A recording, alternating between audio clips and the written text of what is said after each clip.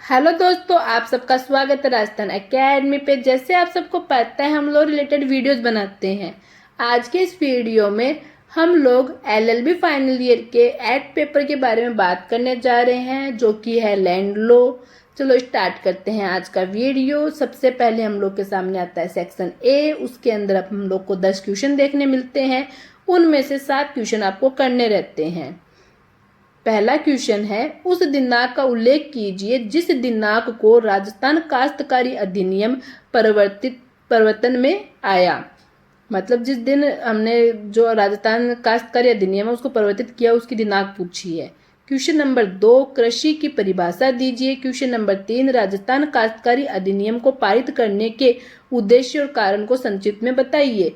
Question number 4, उपवनधारी को परिभाषित कीजिए। क्वेश्चन नंबर 5, आपका भूमि से क्या तात्पर्य है। क्वेश्चन नंबर 6, सर्वे से क्या अभिप्राय है। क्वेश्चन नंबर 7, परिसीमा को परिभाषित कीजिए। क्वेश्चन नंबर 8, किराएदार और भूस्वामी के कर्तव्य बताइए। क्वेश्चन नंबर 9, परिसीमा अधिनियम 1963 की राजस्थान किराया नियंत्रण अधिनियम 2001 के प्रावधान प्रावधान बताइए। क्वेश्चन नंबर 10, राजस्थान भू राजस्व अधिनियम 1956 के अंतर्गत कृषि प्रयोजनों के लिए भूमि के आवंटन को संक्षिप्त में बताइए। सेक्शन बी, जिसमें 5 क्वेश्चन दिए हैं, उनमें से 3 क्वेश्चन हम लोग को करने हैं। टोटल 10 क्वेश्चन है, उनमें से हम लोग को 3 ही क्वेश्चन करने हैं। तो आप सिलेबस उसी प्रकार तैयार करें जिस प्रकार हमारा सिलेबस कम हो गया है, तो आपकी अच्छे नंबर बन सकते हैं। क्योंकि पूरा सिलेबस पढ़ने का अब हम लोग के पास टाइम नहीं है। क्वेश्चन नंबर 2, उन भूमियों का उल्लेख कीजिए जिनमें खातेदारी अधिकारों का उद्भव नहीं होता है।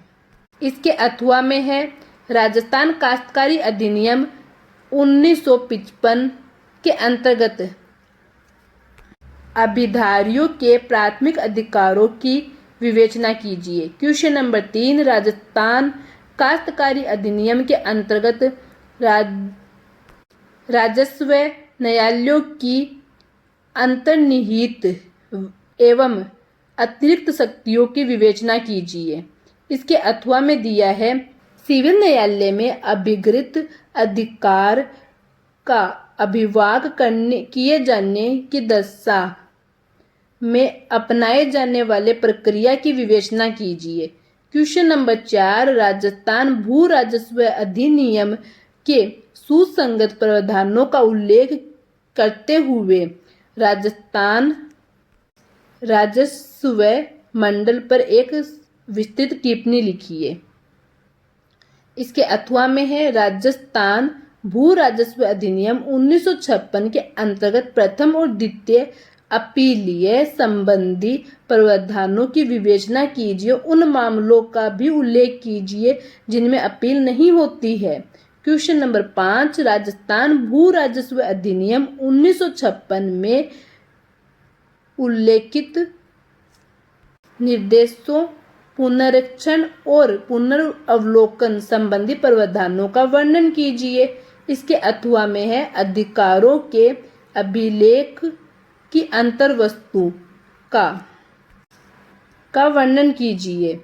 क्वेश्चन नंबर 6 है, उन परिसरों का उल्लेख कीजिए जिन पर राजस्थान किराया नियंत्रण अधिनियम 2001 के अध्याय 2 और अध्याय 3 में उल्लेखित प्रावधान लागू नहीं होते।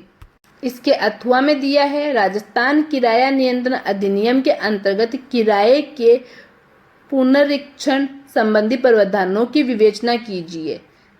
अब देखते हैं सेक्शन सी, जिसमें 5 क्वेश्चन है, उनमें से हमें सिर्फ एक क्वेश्चन करना है। क्वेश्चन नंबर 7, राजस्थान काश्तकारी अधिनियम 1955 के अंतर्गत संपन्न परित्याग एवं समाप्ति के संबंधी प्रावधानों का वर्णन कीजिए। क्वेश्चन नंबर 8, शाश्वत व्यादेश से आप क्या समझते हैं, क्या तात्पर्य है। राजस्थान काश्तकारी अधिनियम के अंतर्गत शाश्वत व्यादेश कब मंजूर किया जा सकता है। वादों का उल्लेख करते हुए विवेचना कीजिए।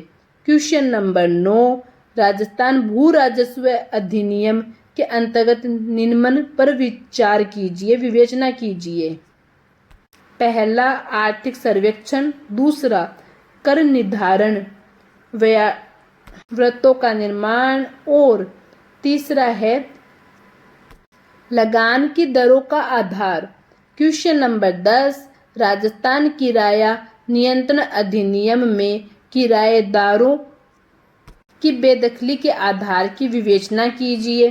क्वेश्चन नंबर 11, राजस्थान किराया नियंत्रण अधिनियम में उल्लेखित अपील किराया अधिकरण अपीलों एवं उन परिसीमा से संबंधित प्रावधानों का वर्णन कीजिए।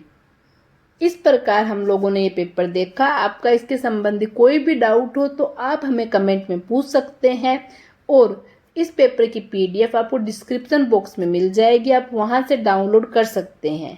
Thank you for watching.